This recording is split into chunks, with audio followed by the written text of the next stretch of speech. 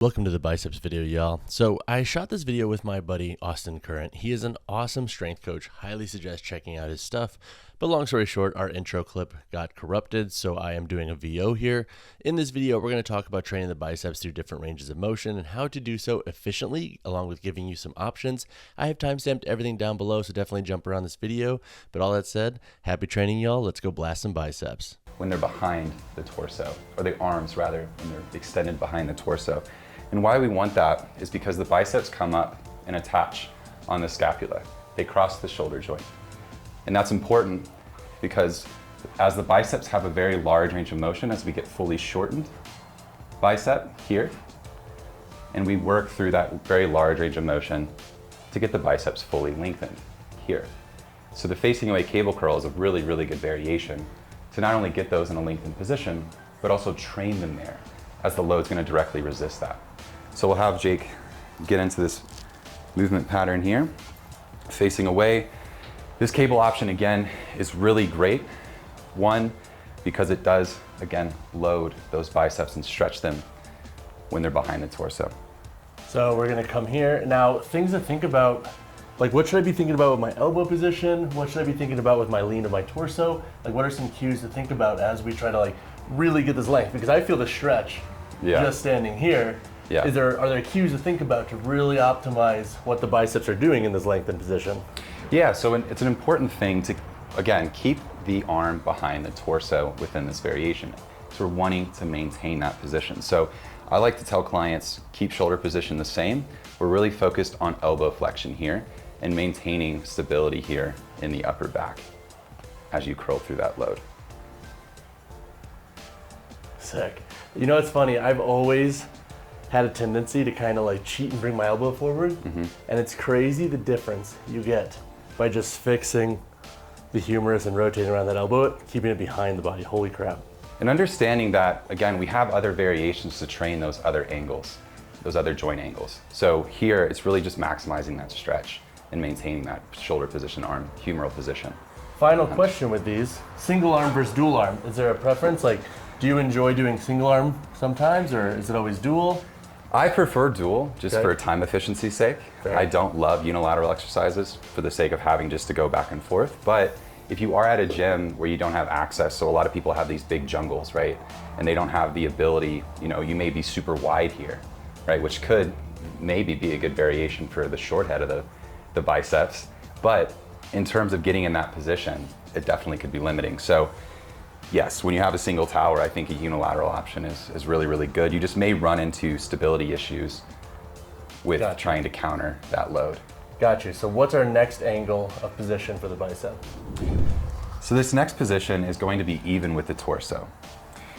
This is a standard curl. This is where most people and what most people are going to have access to at their gym and with using or utilizing dumbbells. So with this position, you can either do this supinated or supinating. So supinating also will train that aspect of supination that the biceps have, which is a great way to go ahead and take care of that within your training. So I like the supination variation. Now, is there a time and place when you would want to just be strictly supinated versus supinating throughout reps? For me, I don't have much of a preference, whether that's for clients or myself. I do think that this is a good variation, kind of a bang for your buck in terms of going ahead and training that supination aspect. Fair. I will say when I'm in a position or more fatigued, I do tend to stay supinated because that allows me to extend the fatigue and get a little bit more stimulus to my biceps rather than worrying as much about those supinators. So we have a supinator muscle and then the biceps have a secondary role of supination as well.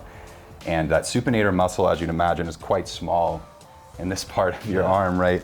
And then as that taxes and gets fatigued, right, we could limit the stimulus here. So I think even if you'll say you're doing 4 total sets, I think even doing 2 sets where you're supinating throughout the range of motion, and then your last 2 sets as you're really starting to get fatigued, staying supinated could be a good option. Final question for overthinkers like me. At what point do you want to supinate? Is it halfway up? Is it at the bottom? Like when do you typically recommend? Is it just kind of natural, just let it flow? So what I've learned is somewhere around 30 degrees is kind of when those tissues are gonna start to gain some leverage. Okay, so If you stand down here and just go through supination, you're not gonna get much in terms of that supination stimulus. Got it. To that tissue. So somewhere around 30 degrees. So a quarter, let's say a quarter of the way up, you're gonna start to supinate that boom, boom, boom, boom, boom. Then supinate, exactly. Oh, it's sick, yeah, I actually feel the difference there. Yeah. When I'm like actually really focusing on it. Yeah, it's a major difference. All right, so arms behind, arms even. Let's talk about the next variation. So for the variation with the elbow in front of the torso, we're going to be doing more of a high cable curl. And this is where you kind of get those Superman curls. As a variation of that, we have a high cable curl here with the unilateral setup. I like this unilateral setup a little bit more because it better aligns that long head with where it attaches on the scapula. So again, keeping a stable humeral position, maintaining this shoulder position here, and just focusing on elbow flexion. And then with this, like, would it be useful to stabilize this with my opposing arm? Or You could add a stability component, an opposing force component there with your opposite arm. You could also add some form of a bench, making it more of a preacher curl. You got to think too, this is a little bit more drastic of an angle than a preacher curl would be, but a preacher curl is probably not too far off from this in terms of total elbow flexion or shoulder flexion. Got it. And then final question for you, the line of resistance. If I was setting this up on my own at the gym, like, do I want a pull that's going in line with the humerus? Like, how should I set up the height of this when it comes to, like, when I'm standing, when I'm kneeling? Like, how do I know? Yeah, I think in terms of the way that I set it up, I want it definitely coming above shoulder height, certainly. That kneeling position not only does that, but it also achieves a little bit better of a stability component there. And then in terms of where we're wanting our arm, it's gonna be somewhere in the middle of here and here. Got it. Right, so it's sort of that midpoint that allows a little bit more of, I think, external rotation, a little bit more. So if I turn you a little bit more this way, you may be able to even feel that contraction a little bit more here. Yeah. Especially in the long head of the bicep. Sure. I also feel like I have, like, not the best shoulder mobility, so I feel like this also really feeds better into that as well. Yeah, and all these different variations, I think an important concept here too, where, you know, we have an industry that's pretty obsessed with length and bias training at the moment and getting muscles and really loading them in their lengthened position, which can be great for hypertrophy, no doubt. But in looking at overall joint integrity and overall health of our tissues and joints, it is important to train all of these tissues through their entire range of motion, right? So just in the beginning of the video, when I was all the way up here with Jake, that's what we're training in this variation, and then we kind of go down, we're more even with the torso, and then we go down, and then we're behind the torso, right? And so this kind of runs the gambit on all of those joint positions. Love it. Let's talk about the next range of motion we're going to work through. So two other positions that we didn't mention, we previously mentioned supinated and then supinating, but we didn't mention semi-pronated to pronated and neutral. So when we talk about semi-pronated to pronated, we're really talking about training that brachioradialis that runs from here to here, right? More of that forearm muscle that gives your forearm good bulk. So that semi-pronated position, essentially by just turning our wrist or changing our wrist position, we can just better leverage some of these tissues. And the brachioradialis certainly is more leveraged here in this more semi-pronated hammer curl position. So with this, we're keeping the arms to the side, and the main thing we're focusing on is this position. Yes, in many curl variations, you're gonna notice, again, as a muscle crosses two joints, it can't do two things at once. It's gonna have to decide which one it's going to do. So when that happens, we wanna stabilize the joint that isn't the primary moving joint. So for this and any bicep variation, we're gonna wanna keep our shoulder position constant as the elbow is going through flexion and extension. Got it. Next question is, do we want to assume like the same logic with the pronating? So it's like, okay, start in neutral and then I start to curl. Do I want to start pronating as I go? Should I fix this in a pronated position and just do one at a time? How do you like to approach that normally? I typically keep it pretty constant as I go. That may change as I fatigue. As we fatigue, some things just change. I was gonna say, I'm already kind of getting gassed. Yeah. So within that, I think you just kind of find what works best for you. Where do you get the most stimulus? Where do you get a good pump within that brachioradialis muscle? And I think you just kind of stick to that. Got it, cool.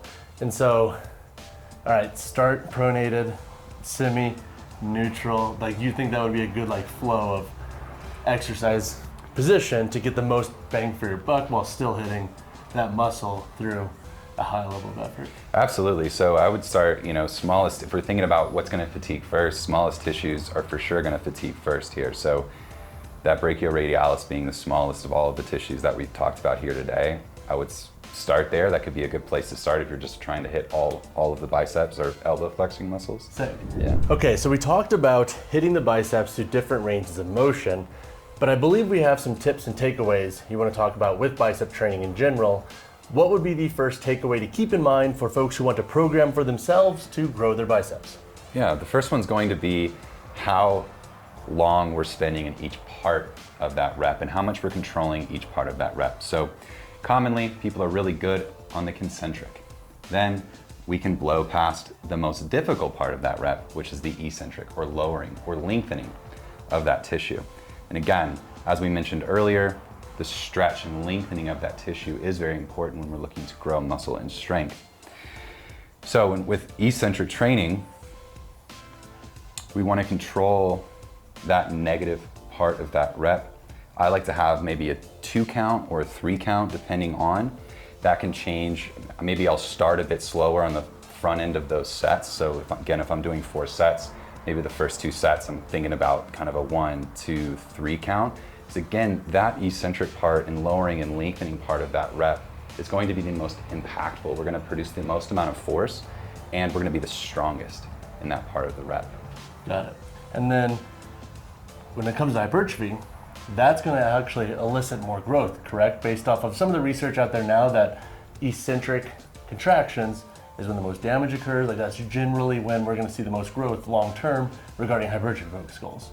Absolutely. So that, again, yes, that stretch and that lengthening aspect and that eccentric aspect of those reps are certainly going to be contributing more to the hypertrophy. So our next takeaway involves rep ranges. And I feel like with the biceps specifically, a lot of folks, I feel like, box themselves into the mindset of like, I need to do 8 to 10 or 8 to 12 reps. Like, why can it be beneficial to actually approach rep ranges similar to like your bigger lifts and approach it from a context of like, hey, like, there are a lot of rep ranges that you can use for attacking different goals? Yeah, I think it's a lot like what I would say for the calves or the delts, tissues that are involved across many movement patterns, not only throughout our lifting, but throughout our day. They're very resistant to fatigue. They need a new stimulus, not necessarily thinking about muscle confusion, but a new stimulus introduced to help that tissue continue to adapt and be progressively overloaded. And so I do think, as you mentioned, we get stuck in this thought pattern that, oh, I have to do 8 to 12 or 8 to 15 or 15 to 20. Or I know some people that do 30 plus reps for bicep training.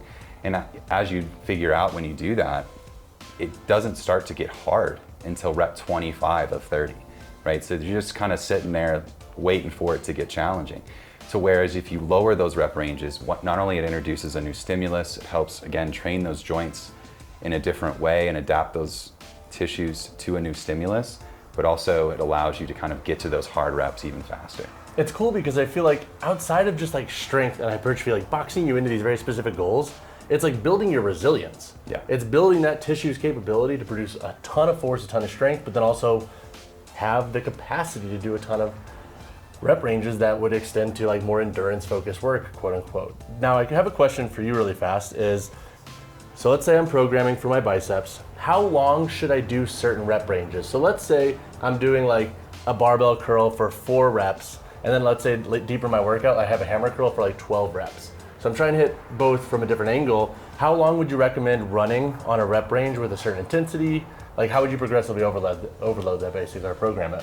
Yeah, I like to use the double progression method. So thinking about taking an 8 to 10 rep range, right? You kind of use one load that you're able to get.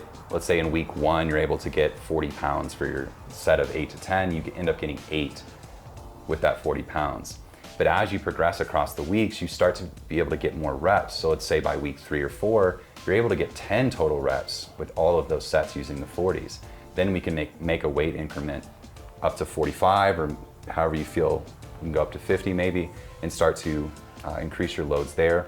In terms of how long you'd want to stick with one, I'd say as long as you're adapting and not plateauing, and you can really send it as long as you'd want. Sick. And I'm sure that you'll ebb and flow to the rep ranges based on specific goals. So it's like, let's say by like 8 weeks of doing 8 to 10 reps, I've kind of capped out my potential, but I want to focus now more on strength.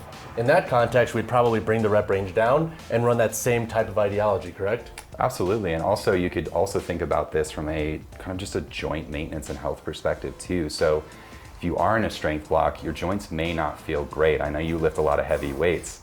So it could be that your accessory work is kind of just getting blood and nutrients into those tissues, into those connective tissues and joints to help them recover, while also providing a stimulus that isn't detrimental or nagging to that joint, right? So there's a lot of ways to approach it. I think you just kind of have to individualize it to you. And what Awesome. You need. I love that framework. I feel like that's very easy to understand and implement too on your own, which is the double progression. Like, it's pretty cut and dry as long as you're tracking your progress week to week. Make it simple.